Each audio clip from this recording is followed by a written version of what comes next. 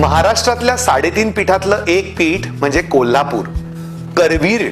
करवीर म्हणजेच महालक्ष्मी. आणि याच कोल्हापूरला पूर्वी कलापूर असं म्हटलं जात होतं, कारण याच मातीमध्ये दिग्गज लेखक, दिग्दर्शक, उद्योजक, समाजसेवक घडले. आणि अशाच एका थोर समाजसेवकांच्या ग्रुपला आपल्याला भेटायचंय. स्पीड न्यूज लाईव्ह 24 प्रस्तुत आयुष्याचे खरे रंग मध्ये आज आपल्या इथं उपस्थित आहेत अवधूत विशेष मुलांची शाळा याची टीम. आपण त्यांच्या बरोबर गप्पा मारणारच आहोत, पण त्याआधी त्यांचा एक विशेष व्हिडिओ आपण बघूया. मात्र आज कमतरता आहे ती शारीरिक आणि मानसिक समस्या असलेल्या मुलांनाही सामावून घेणाऱ्या शाळांची. आस्था चॅरिटेबल इन्स्टिट्यूट ही अपंग सामाजिक क्षेत्रात सन 2000 पासून सामाजिक जाणीवेतून मतिमंद मुलांना व्यावसायिक आणि दैनंदिन जीवनात उपयोगी पडेल असे शिक्षण देत आहे. ही शाळा वयवर्ष 6 ते 18 वयोगटातील मतिमंद म्हणजेच विशेष अशा 40 मुलांसाठी पूर्णतः मोफत, शासन मान्य आणि RCI मान्यताप्राप्त शाळा चालवत आहे. हातकणंगले तालुक्यात अशा विशेष मुलांची एकही निवासी शाळा नाही असे लक्षात आल्याने अवधूत विशेष मुलांच्या निवासी शाळेची स्थापना झाली. या शाळेमध्ये प्रत्येक मुलाकडे विशेष लक्ष दिलं जातं. या विशेष मुलांची आरोग्याची काळजी घेण्यासाठी डॉक्टर आणि फिजिओथेरपिस्टचीही नेमणूक करण्यात आली आहे. या विशेष मुलांना शिस्त लावण्यासाठी, स्वतःची कामे स्वतः करण्याची सवय लागण्यासाठी, त्यांना स्वावलंबी बनवण्यासाठी या शाळेतील सगळेच मनापासून प्रयत्न करतात. त्यांच्या हेल्थ चेकअप आणि आरोग्याचीही व्यवस्थित काळजी घेतली जाते. या मुलांची एकाग्रता वाढण्यास मदत होईल असेच खेळ येथे घेतले जातात.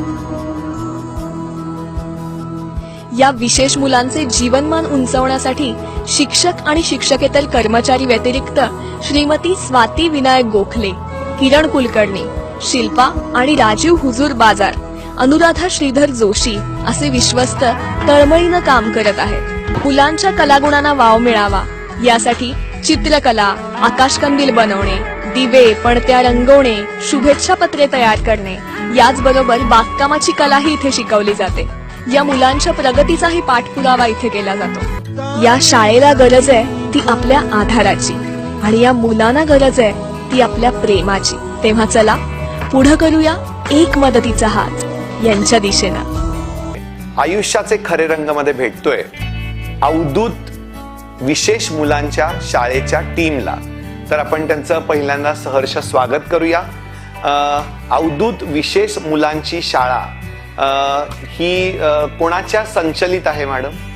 ही आस्था चॅरिटेबल इन्स्टिट्यूट या संस्थेतर्फे ती चालवली जाते आणि ही शाळा निवासी आहे. अच्छा, निवासी शाळा असलेली ही अवधूत विशेष मुलांची शाळा. मी या विशेष वर्डवर जास्त भर देतोय कारण ह्या विशेष असं आपण त्याला का म्हटलं गेलंय. पूर्वी कसं होतं, जे अपंगत्व असेल म्हणजे त्याला आता दिव्यांग शब्द आला, ते पूर्णतः म्हटलं जायचं म्हणजे मतिमंद आहे, ऑटिझम आहे, अस्थिव्यंग आहे, अंध आहे. तर आता त्याच्यासाठी असा स्पेसिफिक शब्द न वापरता विशेष मूल असा वापरावा असा एक हे आहे. कारण प्रत्येक वेळेला त्याच्या त्या कुठल्या दिव्यांगत्व आहे त्याचा उल्लेख करण्यापेक्षा ते स्पेशल चाइल्ड आहे असा त्याचा उल्लेख केला जातो. मला सांगा मॅडम की ह्या शाळेला सुरुवात कधी झाली आणि कोणाची प्रेरणा तुम्हाला मिळाली आणि ही शाळा सुरू केली? ही शाळा 2013 साली आम्ही सुरू केली, निवासी शाळा. प्रेरणा म्हणाल तर मी स्वतः ह्या क्षेत्रामध्ये 30 वर्ष काम करते आहे. एका शाळेत मुख्याध्यापक म्हणून केलेलं आहे, म्हणजे आता मी निवृत्त झाले. माझ्या ज्या कलिग आहेत शिल्पा हुजूर बाजार, हे ऑडिओलॉजिस्ट आहेत आणि त्याही या क्षेत्रात 30 वर्ष काम करत आहे. एक काम करत असताना लक्षात आलं, अनिवासी शाळा आहे पण ग्रामीण भागातल्या मुलांना त्या शहरी शाळांकडे येता येत नाही आणि त्यांची राहण्याची सोय नसेल तर ते पालक शाळेत घालू शकत नाही. बरोबर. ह्या उद्देशाने ती लक्षात आलं की ही काळाची गरज आहे आणि तरच खेडेगावातली मुलं शाळेत पोहोचतील आणि त्यांना काहीतरी विशेष ट्रेनिंग मिळवती स्वतःच्या पायावर. ही शाळेला सुरुवात कधी झाली, म्हणजे कुठल्या वर्षी या शाळेची स्थापना झाली? 2000. ऍक्च्युली संस्थेची स्थापना आमची 2000 पासूनची. ओके. म्हणजे आस्था चॅरिटेबलची. पण आम्ही छोट्या छोट्या ऍक्टिव्हिटी करत राहिलो आणि 13 साली आम्ही ही निवासी शाळा अंबप येथे सुरू केली. अंबप अंबप मायावते हातकणंगले तालुका आणि जिल्हा कोल्हापूर, बरोबर आहे. मी आत्ताच जसं म्हटलं की नवदुर्गांपैकी याही दुर्गांचा त्याच्यात समावेश होतो आणि कोल्हापूर म्हणजे कलापूर आणि अशा कलेच्या ह्याच्यामध्ये अशी लोक कार्य करतायत हे बघून खरोखरी मनाला खूप समाधान वाटतं. कारण आपल्याकडं अगदी चांगलं मूल जरी असेल तरी आपण सांभाळताना भरपूर चुका करतो आणि अशा मुलांना तुम्ही रहिवाशी म्हणजे शाळेत त्याला कन्व्हर्ट केलंय. तर मला असं वाटतंय की महाराष्ट्रातली पहिलीच रहिवाशी शाळा म्हणायला हरकत नाही, किंवा आहे का कुठं असेल तर आपली ही पहिली आहे का आणि कितवी आहे? नाही, आता निवासी शाळा खूप आहेत शाळा पातळीवर. पश्चिम महाराष्ट्रात तुलनेने कमी, विदर्भ मराठवाड्यात खूप जास्त आहे म्हणजे. पण हातकणंगले तालुक्यातली ही पहिली शाळा आहे. कोल्हापूर जिल्ह्यातली ही तिसरी शाळा आहे. अच्छा. निवासी शाळा एक गडिंग्लज मध्ये आहे, एक कागल मध्ये आहे आणि ही आपली अशा 3 शाळा निवासी आहेत. ह्या मतिमंद मुलांच्या निवासी शाळा काढणं तसं थोडस काम अवघड आहे. कारण बौद्धिक अक्षम्य मुलं आता त्यांना म्हटलं जातं ती बौद्धिकदृष्ट्याच मागे आहेत, त्यामुळे काम खूप करावं लागतं. त्यामुळे हे काम करत असताना इतक्या शाळा त्याच्यात असतील असं नव्हे, पण हातकणंगले तालुक्यातली ही आपली पहिली शाळा आहे आणि त्याचा अभिमान वाटतोय. आणि कोल्हापूरमध्ये 3 शाळा आहेत आणि त्यात आपली शाळा गडिंग्लज म्हणजे थोडक्यात हातकणंगले अशा खेड्यात केलेली ही पहिली शाळा म्हणायला हरकत नाही. मॅडम, मला आणि जाणून घ्यायचंय की शाळेला सुरुवात केली त्यावेळेला शाळेत विद्यार्थी किती होते आणि तुम्हाला काय त्रास झाला? सुरुवातीला पहिली गोष्ट त्रास असा काही नाही, कारण हे काम हाती घेतल्यानंतर त्रास हा शब्दच येत नाही. बरोबर, चुकीचं होईल. पहिली गोष्ट मुलं किती होती म्हणण्यापेक्षा आम्ही सगळेच ह्या क्षेत्रामध्ये म्हणजे यश असेल आमचा किंवा किरण कुलकर्णी असतील अध्यक्ष, हे आम्ही सगळे पूर्वीपासून या क्षेत्रात आहोत आणि जागा हा पहिला प्रश्न असतो कुठेही काही बरोबर.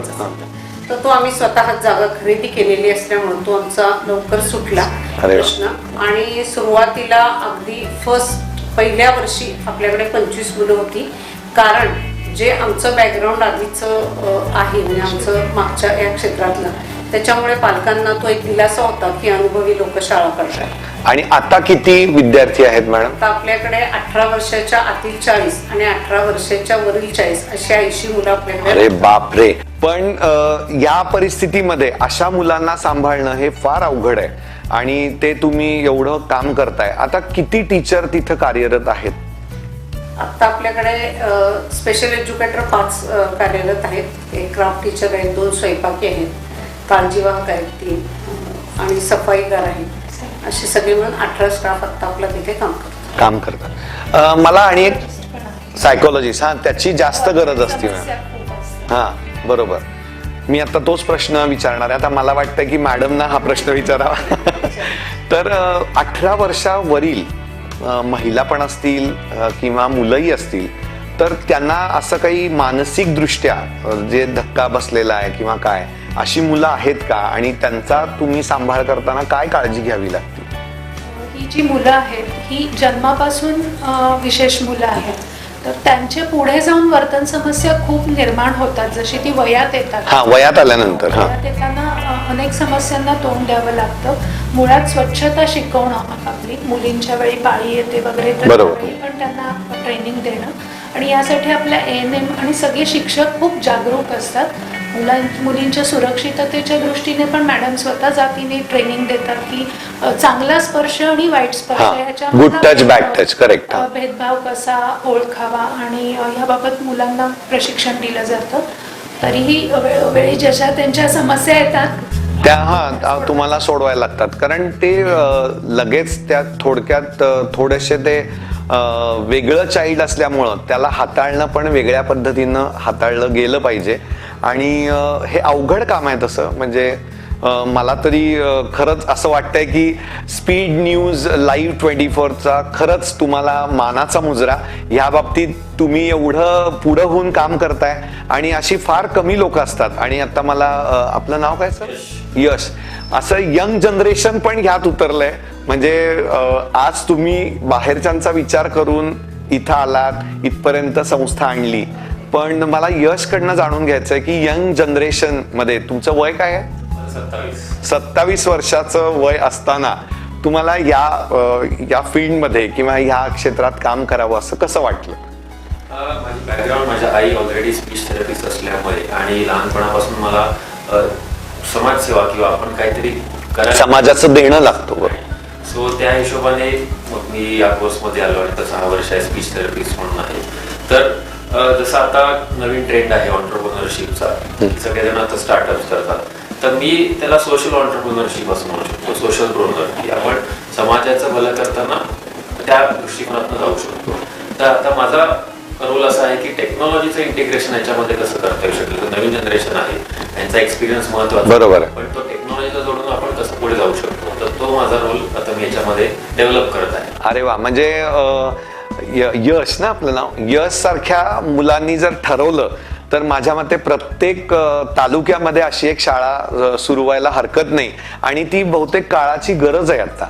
म्हणजे अशी जी मुलं असतात तर त्यांना काळजी घेणं किंवा त्यांचं संगोपन करणं हे फार महत्वाचं आहे आणि ते तुम्ही काम करताय. आणि जसं आता यश बोलले तसं त्यांची टेक्नॉलॉजी आणि तुमचा एक्सपिरियन्स असा दोन्हीचा एक दुग्ध शर्करा योग म्हणायला हरकत नाही. पण यश, मला अजूनही असं वाटतंय की आत्ताच्या ह्या नवीन पिढीमध्ये, आता तुझं एज्युकेशन काय झालंय? Audiology and speech therapy, post graduation. अरे वा, म्हणजे तू त्याच याच्यामध्ये ग्रॅज्युएशन केलेलं आहे. मग हे या संस्थेमुळं करावं वाटलं का पहिल्यापासूनच करायचं होतं? नाही, ऍक्च्युली कारण आधीपासूनच ठरलं होतं की करायचं आहे. मग नंतर मी डेफिनेटली त्यामध्ये आलो. मग तुम्हाला अशा बाहेरनं ऑफर आल्या असतील की बऱ्याच, की इकडे या तिकडे या, कारण आता या गोष्टीला भयानक डिमांड आहे की वेगळं काहीतरी समाजाला पाहिजे असतं. आणि जे तुम्ही वेगळा कोर्स केलेला आहे, पण जो कोर्स केलाय तो आपल्याच मातीसाठी वापरणं हे खरंच सगळ्यांना जमत नाही आणि ते तुम्ही करून दाखवलाय. त्याबद्दल खरंच तुम्हाला मानाचा मुजरा. आयुष्याचे खरे रंग मध्ये आज आपल्या सोबत आहेत अवधूत विशेष मुलांची शाळा, गोखले आणि टीम असं म्हणायला हरकत नाहीये. तर आपण त्यांच्याबरोबर अजून गप्पा मारतोय.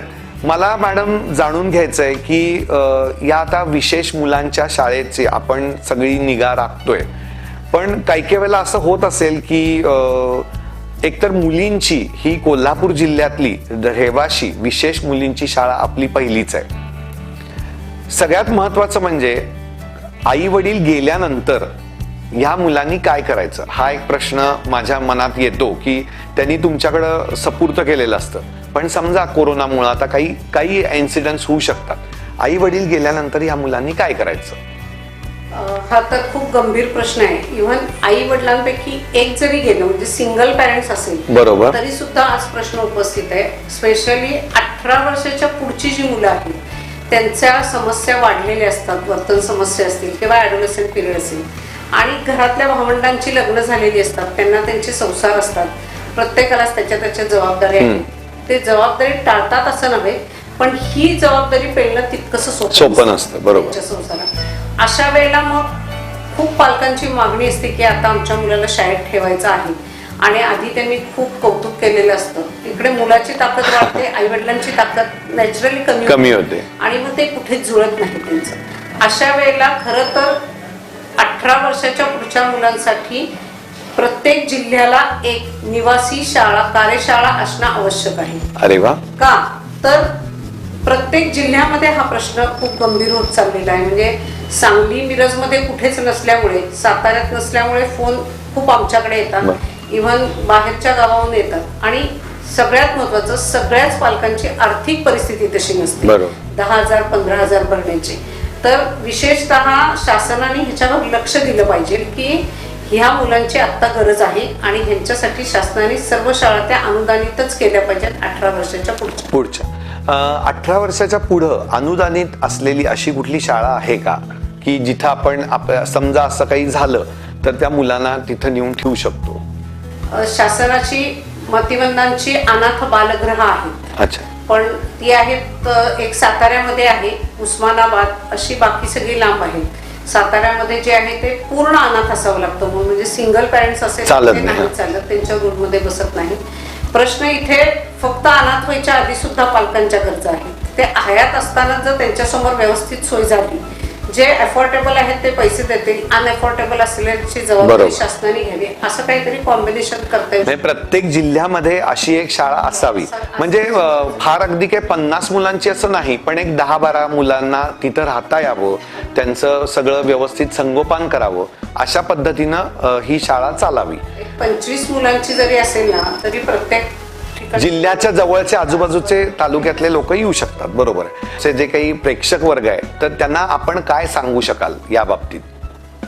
अशा ज्या विशेष मुलांच्या शाळा आहेत त्यांच्या शासन अनुदान असून सुद्धा त्यांच्या गरजा खूप मोठ्या आहेत. साधी इमारत असेल, इमारतीमध्ये चांगल्या चांगल्या गोष्टी द्यायच्या असतील तर ह्या सगळ्यासाठी आज समाजाने पण एकत्र येणं आवश्यक आहे. मी असं म्हणेन 30 वर्षाच्या अनुभवात शासनापेक्षा या शाळेत समाजाचा सहभाग जास्त आहे. बरोबर. म्हणजे मग रोटरी क्लब असतील, डान्स क्लब असतील किंवा काही असे देणगीदार. म्हणजे आमच्या मागे पहिल्यांदा बांधकामासाठी उभारलेलं कोल्हापूर राऊंड टेबल म्हणून असेल, ज्याचा विशेष उल्लेख करेन, कारण जागा आम्ही खरेदी केली बांधकाम. बरोबर. आणि थोडे थोडे पैसे गोळा करून करण्यापेक्षा एकदम त्यांनी आम्हाला 15 लाख रुपये दिल्यामुळे आमची 2 मजले इतके पटकन उभारले की आम्हालाही कळलं नाही 3 वर्षात आपली इमारत कशी उभारली. बरोबर. तर समाज खूप जागृत आहे, समाजाला खूप द्यायचं आहे आणि तशा क्वालिटीचं काम जर आपण ठेवलं तर समाज आपल्या पाठीशी आहे. पण शासनाकडून म्हणावं तितकं सहकार्य ह्या क्षेत्राला नाही मिळत नाही. तर ते खरं तर अपेक्षित आहे. अपेक्षित आहे. ते लोकांनी किंवा सर्व पालकांनी एकत्र येऊन त्याच्यासाठी करेक्ट. आवाहनं काय तुमच्या समोर आहेत आणि कशा पद्धतीनं समजा आपल्या संस्थेला मदत करायची असेल तर कशा स्वरूपात मदत करावी आणि त्याच्यासाठी कोणाला आपण संपर्क साधावा?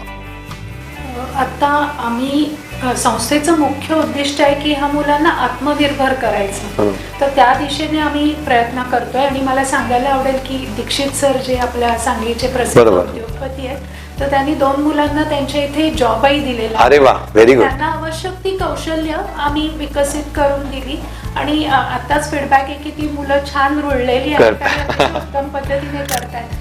तर त्यांच्याकडे गरीब बिचारे हा दृष्टिकोन न ठेवता की सक्षम आहे, त्यांच्याकडे बघण्याचा दृष्टिकोन बदलला गेला पाहिजे. बरोबर. तर तो एक नजरिया सगळ्यांचा बदलणं गरजेचं आहे.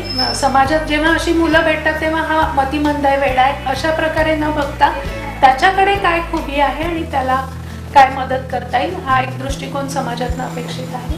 या व्यतिरिक्त विविध मदती अपेक्षित असतात, जसे जॉब्स उपलब्ध करून देणं, शैक्षणिक साहित्य भरपूर लागत असतं या मुलांना, थेरपी मटेरियल, डिजिटल क्लासरूम करण्याकडे आता आमचा कल जास्त आहे. बरोबर आहे. कारण व्हिज्युअलायझेशन जास्त, माझ्यामध्ये यश जास्त त्याच्यावर चांगलं बोलू शकतील. व्हिज्युअल करून म्हणजे ग्रास्पिंग चांगलं होतं का एखाद्यानं शिकवलं तर त्याचं ग्रास्पिंग चांगलं होतं? नाही, ऍक्च्युली ह्याच्यामध्ये कसं होतं की त्यांची बौद्धिक क्षमता कमी असल्यामुळे त्यांना दोन्ही सायमल्टेनियसली द्यायला लागतं. बरोबर. ती खुराक दोन्ही जायला पाहिजे, म्हणजे व्हिज्युअल पण झालं पाहिजे आणि समोर बसून पण, म्हणजे पर्सनल टीचिंग पण गेलं पाहिजे.